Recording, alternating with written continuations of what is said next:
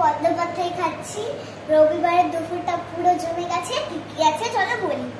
সাদা সাদা ভাত, শাক ভাজা, লাউয়ের খোসা ভাজা, আলু পোস্ত, আলু, এইটা কি পদ আমি জানি না।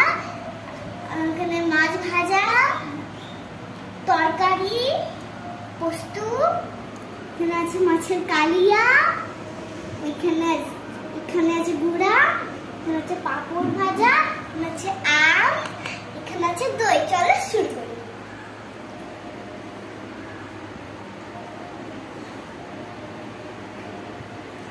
বন্ধুরা খেতে দারুণ হয়েছে। বন্ধুরা দারুণ হয়েছে খেতে। এবার একটু এইটা দিয়ে ট্রাই করছি। তো বাই বাই বন্ধুরা, আজকে আমি ব্লগটা এখানেই শেষ করছি। টাটা।